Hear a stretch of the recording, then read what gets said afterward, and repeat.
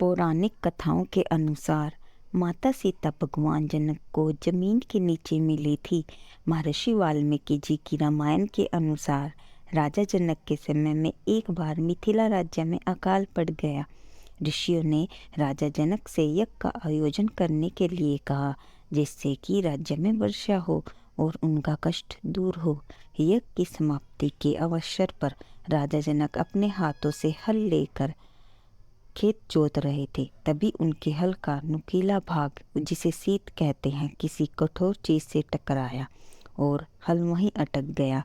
जब उस स्थान पर खुदाई की गई तो एक कलश मिला, जिसमें एक सुंदर कन्या थी। राजा जनक ने उस कन्या को कलश से बाहर निकाला और उसे अपनी पुत्री के रूप में स्वीकार किया। उस समय राजा जनक की पत्नी की कोई संतान नहीं थी, इसलिए बेटी को पाकर वो अत्यंत प्रसन्न हुई, क्योंकि हल के उस हिस्से से टकराकर माता सीता मिली थी, जिसे सीत कहा जाता है। इसलिए ही उनका नाम सीता रखा गया। राजा जनक की पुत्री होने के कारण ही उनका नाम जानकी पड़ा।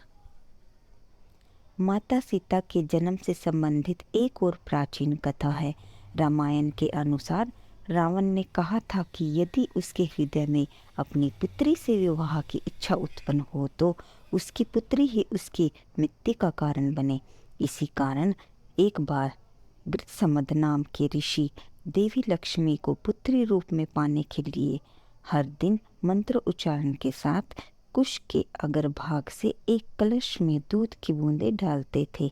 एक दिन जब ऋषि आश्रम में मौजूद नहीं थे, तब रावण वहां आया और वहां मौजूद ऋषियों को मारकर उनका रक्त कलश में भर दिया। इस कलश को रावण ने अपने महल में छिपा दिया। एक दिन जब रावण महल में नहीं था, तब रावण की पत्नी मंदोदरी ने उस कलश को देख लिया।